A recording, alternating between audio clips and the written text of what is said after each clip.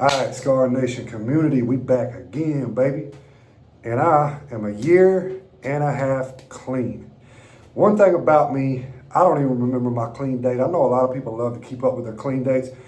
I'm not one of those people. I just know about when I started getting clean. Matter of fact, you can go back to my very first YouTube videos, and I actually started my channel in active fentanyl addiction. So there's kind of a timeline through my videos. Go figure it out. But I know I'm about a year and a half clean right now.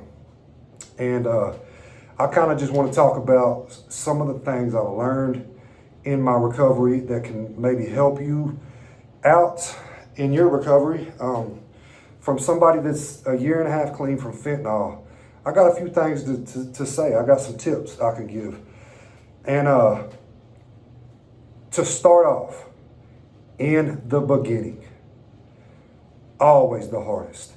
Always that first three, I'm gonna say the first 3 months. So let me break you guys a timeline down, because I know exactly what you guys want to hear, because I knew what I wanted to hear when I was going through my fentanyl withdrawal, and I would look up videos and I just wanted somebody to reassure me.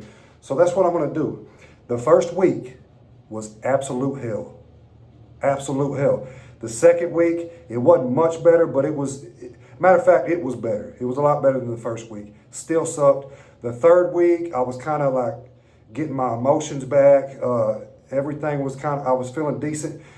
The fourth week, it kind of stagnated from a month to 3 months. And what I mean by that is, like, I was going through post-acute withdrawal syndrome.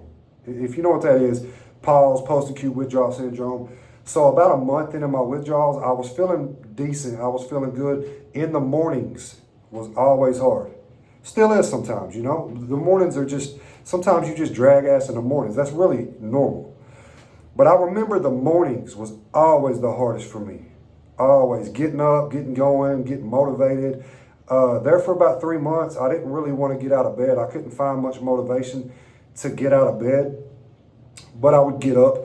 I remember that third month, it seemed like my post-acute withdrawal syndrome was pretty much over. Like I was actually feeling good again. I was actually feeling good again. And I actually had a relapse in there somewhere. I think I posted that on my YouTube channel too. So I did relapse 2 times in my year and a half that I'm, in recovery, clean, whatever you want to call it. But if we're talking about like how long I've been without a substance straight, it's about 11 months, something like that. So there was a small relapse in there, but we'll talk about that later. If you guys wanted me to make a video about that, comment it and we'll talk about the relapses. But yeah, that third month I started feeling better again. I got back in the gym, and that really helped, getting back in the gym. And one thing that I remember throughout the whole process, and I didn't really get over this until a couple of months ago, and it was the depression of everything that I had put myself through in my addiction. Like I stayed depressed over that, even throughout my whole content creating journey. I dealt with a lot of depression. Didn't talk about it much. I was too busy motivating other people, so I kind of put my emotions and shit on the back burner, and I would focus on putting out positive content for people. But behind the scenes, yeah, I was dealing with my own depression, but I stayed strong. I stayed strong, So and a lot of my depression had to do with let me see. I'm trying to remember the timeline, but I was looking at a DUI charge for a lot of my recovery. Like the first 6-7 months, I had court over my head. I was having to go to court. I ended up pleading guilty to a second offense DUI, ended up doing some jail time, did a little bit of time in a rehab, got that behind me, okay? So when I got out, that was a big weight lifted off of me. When I got out of jail and rehab, basically,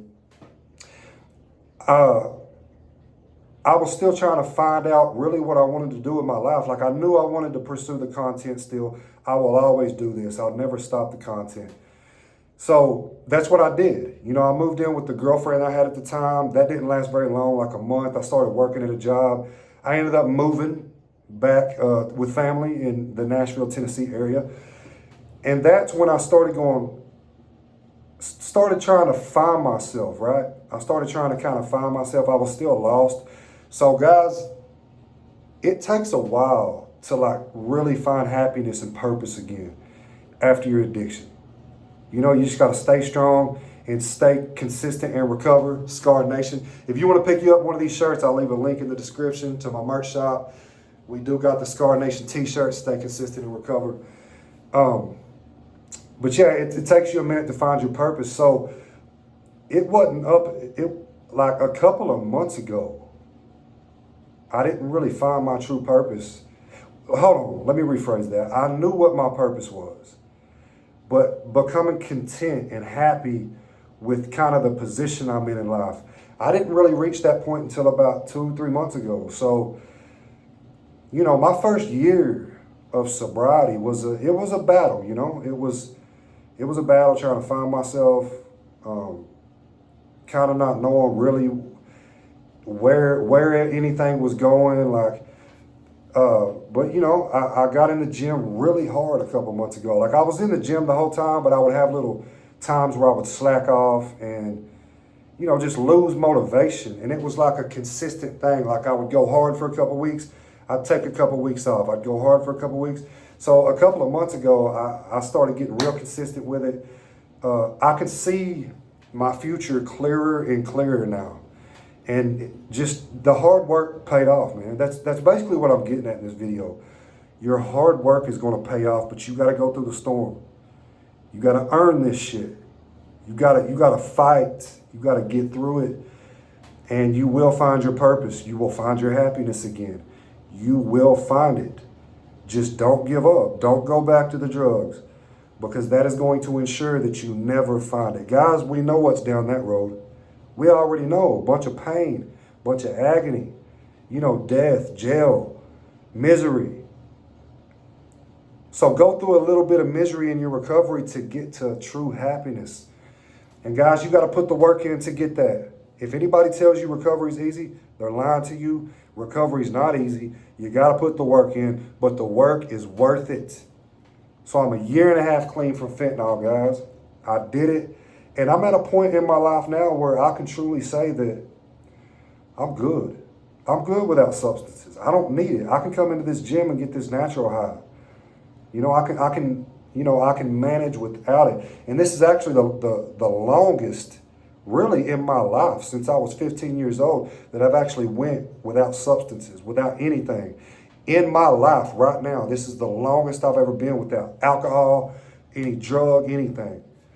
And I can say, man, it's worth it. It's paying off because I'm seeing the rewards. I just spit on the camera. But I'm seeing the rewards, man. It's definitely worth it. And the point of this video was to just get on here and encourage you to not give up. Please don't give up. If you're going through this shit, stick it out. It's going to be worth it. It's going to be worth it. I can promise you that. I can promise you it's going to be worth it. As long as you're putting the work in, as long as you're getting the business and really focusing on your life and your future and your goals, you're going through hell right now, but in the long run, it's going to be worth it. And that's all I got to say, baby. Scar Nation, stand up.